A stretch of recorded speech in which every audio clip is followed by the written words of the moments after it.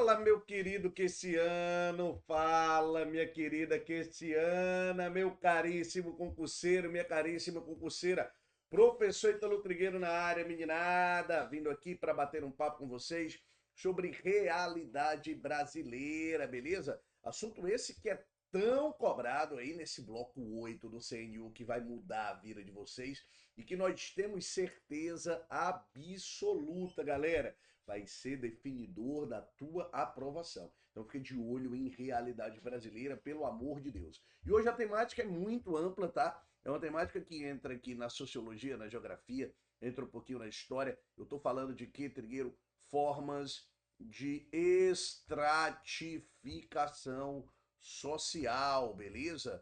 Formas de estratificação social. Ô, Trigueiro, esse é um assunto que a gente, inclusive, está batendo muito todas as aulas, tá? Em diversos momentos a gente vem discutindo a questão que envolve aí a estratificação social, porque todos nós entendemos que a estratificação ela é algo extremamente relevante para a prova de realidade brasileira. Sobretudo porque, Trigueiro, o Brasil é um país de uma grande desigualdade social.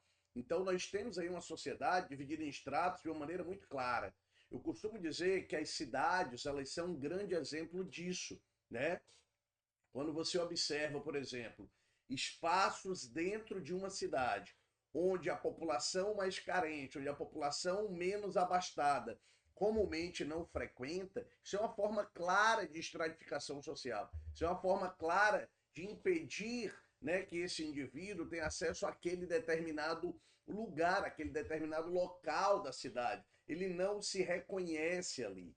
E a estratificação social ela identifica um tipo de estrutura que dispõe os indivíduos, né, com suas posições, seus papéis sociais, vamos colocar assim, em diferentes camadas, em diferentes estratos da sociedade. Esses estratos correspondem a graus diferentes de hierarquia, de poder, de riqueza, de prestígio. No Brasil, eu costumo dizer sempre que de privilégios, como dizia o professor Milton Santos. A classe média brasileira, ela não gosta de direitos. A classe média brasileira, ela gosta de privilégios. Por isso a cidadania é tão frágil no território brasileiro e a gente, óbvio, concorda bastante com as palavras do professor Milton Santos, beleza? Então lembrem sempre disso.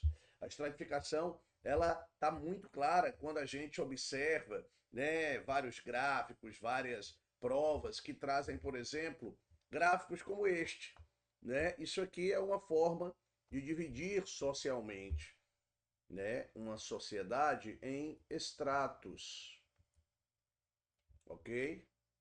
Você poderia colocar em estamentos, nenhum problema. Você poderia colocar um processo, né, que é sectário, ok? Um processo que é segregatório. Você pode dizer tudo isso dessas condições. Aqui eu tenho uma sociedade, né, monarca, onde eu tenho um rei, onde eu tenho a alta nobreza, como os príncipes, os duques, os condes, os marqueses, né, o alto clero sempre aqui, né, ao lado. Aí a gente tem o clero médio, a gente tem a média nobreza, beleza? A baixa nobreza, o baixo clero, e aí uma separação muito grande, né? Entre os privilegiados e o que vem abaixo disso, que a gente pode popularmente chamar de povo. Povo. Eu gosto de chamar, sabe de quê? Essa parte de baixo aqui, concurseiro. Pronto. Humilhação, né, Trigueira? Ave Maria, pois então, eu gosto de chamar de concurseiro, tá? E a gente brinca sempre com isso, mas óbvio, né? É uma forma também de hierarquizar você. Depois, né, de concursado, aí a coisa muda, né, filho? O conceito, né, de estratificação social, ele indica um tipo de estrutura que dispõe o indivíduo, né, entre superioridade e inferioridade. Concursado, superioridade, né?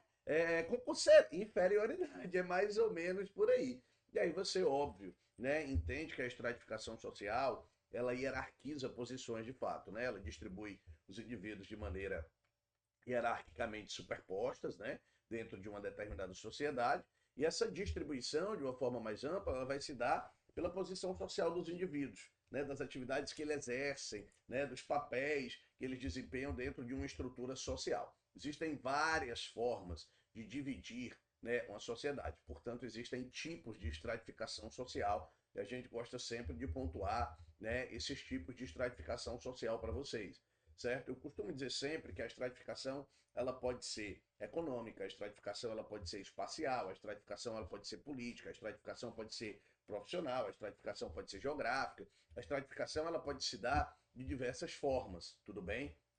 E existem três tipos que são clássicos de estratificação social. Tá? Quais seriam esses três tipos clássicos que as provas mais cobram? A estratificação ela pode ser econômica, beleza? Ela pode ser econômica, e aí é óbvio, né? Isso aqui é o que mais aparece em prova, tá, galera? Quando eu falo de estratificação econômica, por exemplo, no Brasil, eu estou falando das classes, classe A, classe B, classe C, classe alta, classe média, classe baixa, classe média alta, média baixa, enfim. A condição econômica ela é baseada em quê? Nos bens materiais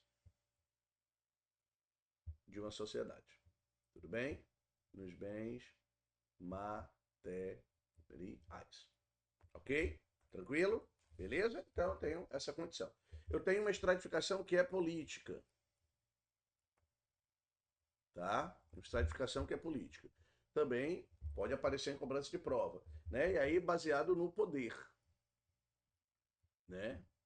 Do mandarinato, se você preferir assim. Poder de mando. Poder de mando. Beleza? Né? Manda quem tem juízo, manda quem pode, obedece quem tem juízo. Pronto, é mais ou menos por aí. E eu tenho uma estratificação profissional. Então, por exemplo, Trigueiro, aqui no QC, quem é? Ninguém. Né? Aí depois tem quem? Tem o Rezende, que é quem? Quase ninguém. Aí depois, e aí vai, entendeu? Né? Tem uma hierarquia aqui, beleza? E aí é baseada na importância atribuída a determinadas profissões, a importância da profissão. Beleza? Importância da profissão. Essas são formas clássicas de hierarquizar uma sociedade. E existem inúmeros pensadores que pensaram e que escreveram obras sobre essa condição. Eu vou trazer para vocês três pensadores, tudo bem? É só por desencargo de consciência. Eu não acredito que a prova de vocês ela vá vir num nível tão alto que ela vá cobrar os pensadores. Mas, Trigueiro, se cobrar o que você trabalhou, beleza? É melhor pecar pelo excesso, né, do que pelo pouco que muitos estão oferecendo. E eu gosto de pecar pelo excesso. Então eu vou trazer aqui três pensadores.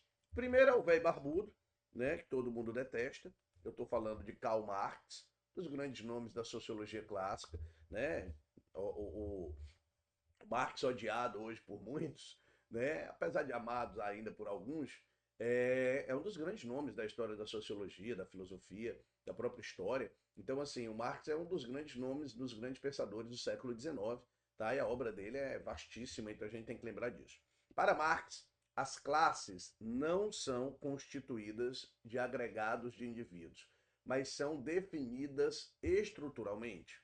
As classes são efeito da estrutura econômica.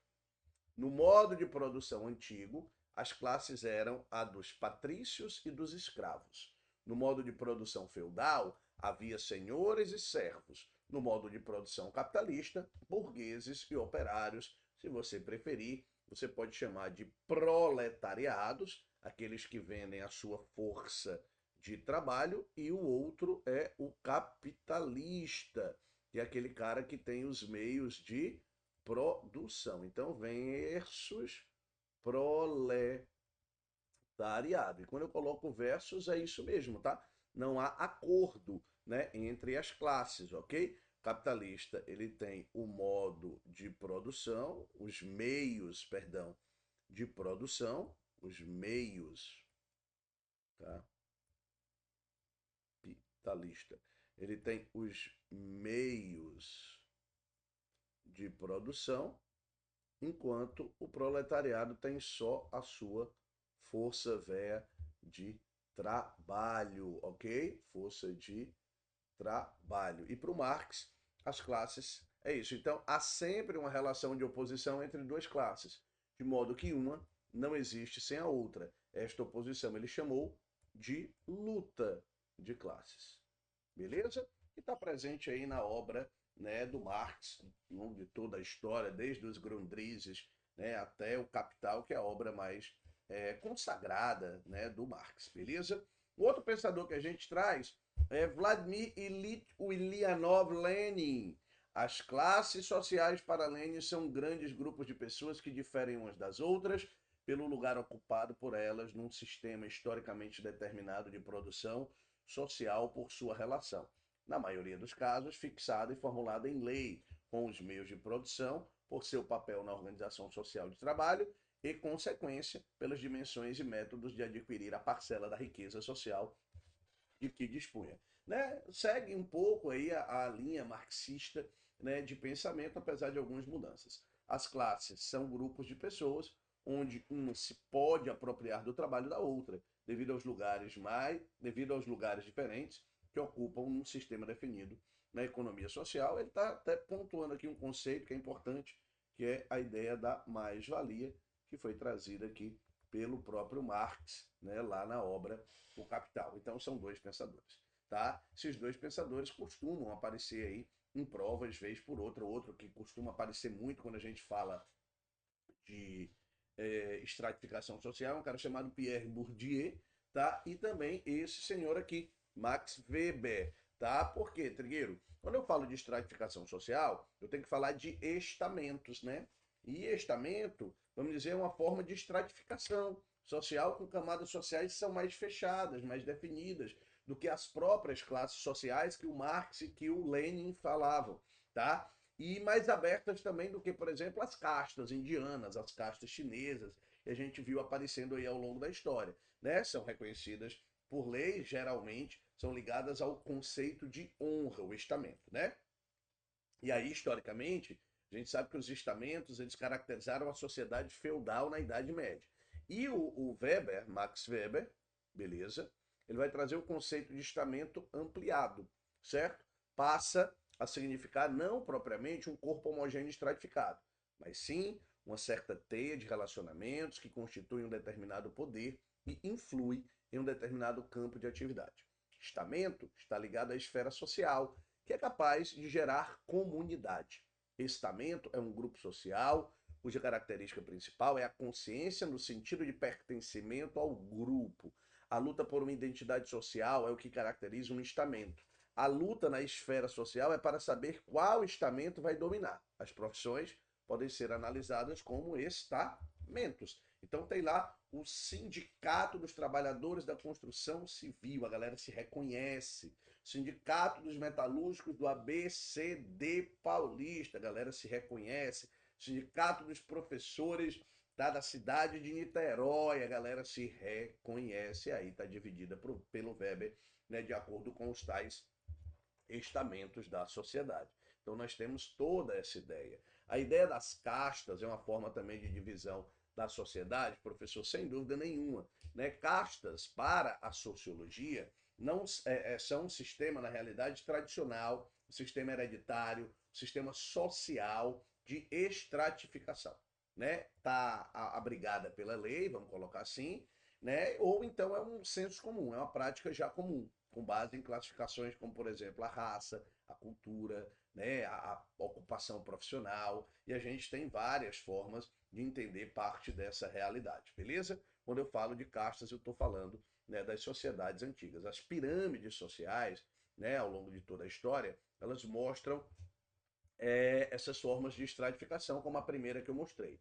Existe mobilidade, professor, quando a gente fala do conceito de estratificação, a gente tem que falar do conceito de mobilidade. Existem algumas mobilidades que são possíveis dentro de algumas sociedades, outras nem tanto, tá? Então, por exemplo, se eu estou numa sociedade como a brasileira, tá? E eu sou pobre, pobre de Mavé, concurseiro, certo? E eu ganhei na Mega Sena, há uma mobilidade social. Concorda comigo? Beleza? Existe uma mobilidade social aí, né? PVS, né? Pesada, tá? Se eu tô, essa mobilidade é horizontal, tudo bem? Beleza? Se eu tô vertical, professor. Vertical, galera. Se eu tô, tá estudando para concurso e eu sou evangélico. Mas, pô, meu pastor falou uma merda lá no dia do culto. Cara, eu não vou mais para aquele culto. Vou procurar outra igreja, né? Vou procurar outra religião. Fui pro candomblé. Me encontrei lá no candomblé. Pronto, beleza. Aí, Trigueiro, aí a mobilidade é horizontal. Beleza?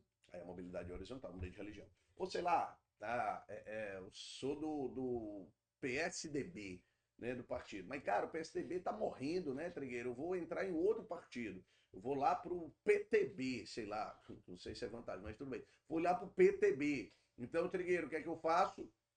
Tenho a mobilidade também horizontal, mudei apenas de partido, tá? Isso me traz tantas diferenças. Existe uma noçãozinha que eu gosto de colocar para vocês, que é interessante, porque o Brasil, né, e em especial o Brasil, ele tem esse espírito de vira-lata, né?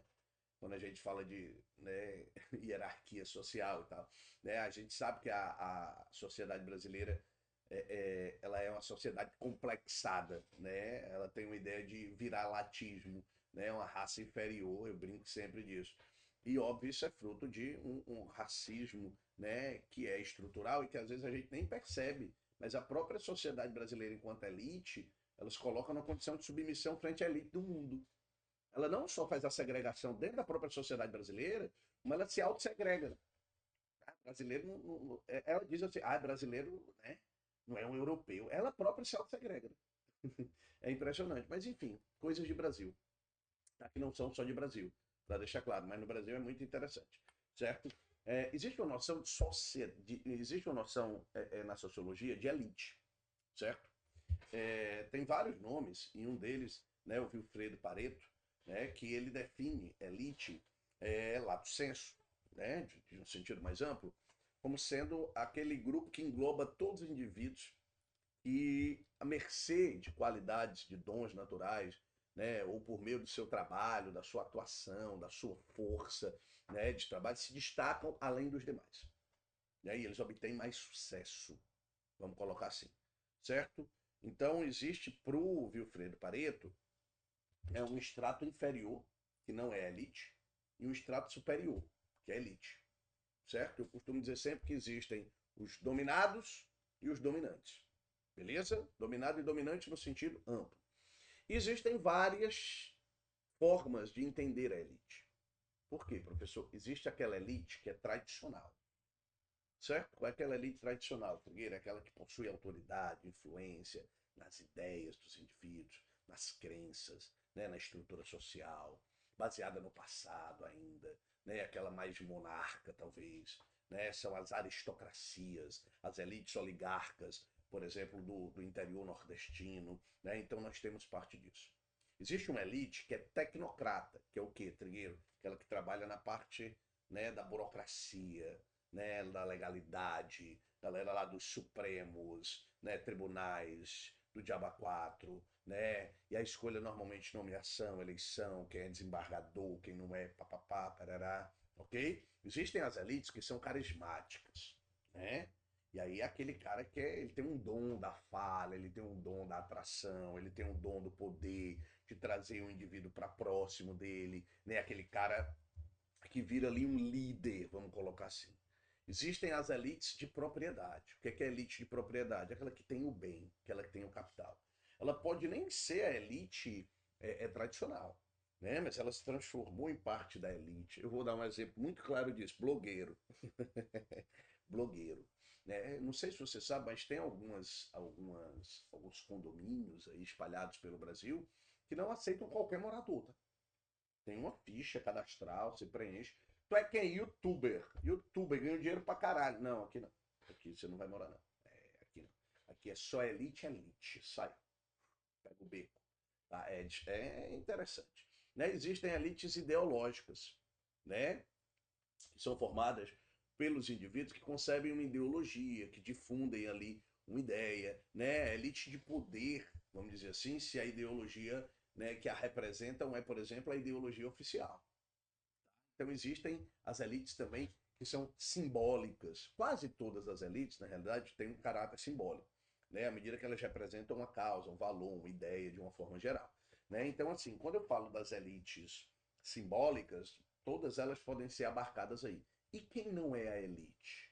é o quê, professor? Concurseiro. Isso, garoto, já aprendeu, já pegou o lance. Tá? Quem não é elite é a massa, é o povo. Então existe essa dicotomia na sociologia que é muito clara entre as elites versus a massa.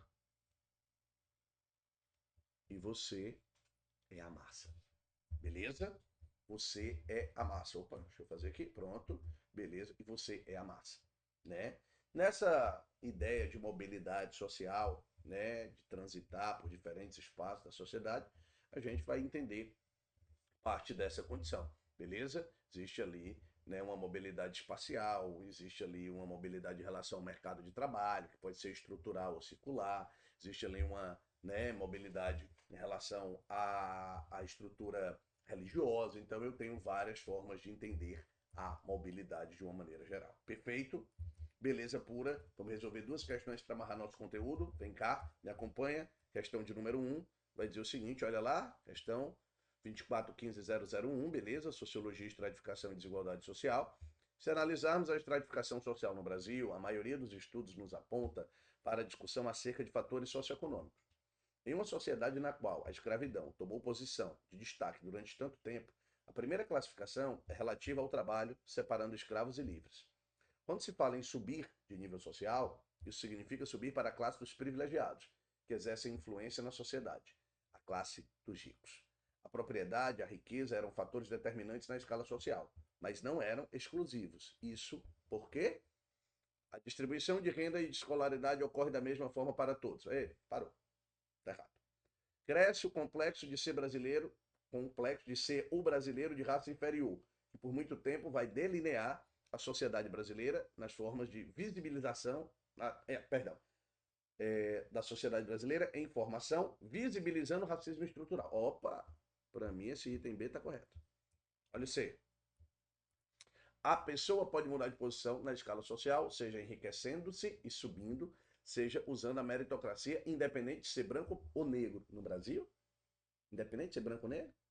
Mentira. O negro rico também sofre racismo. Uma análise dos indicadores do IBGE de 2023 permite aferir que a população branca é a menos privilegiada em detrimento dos negros.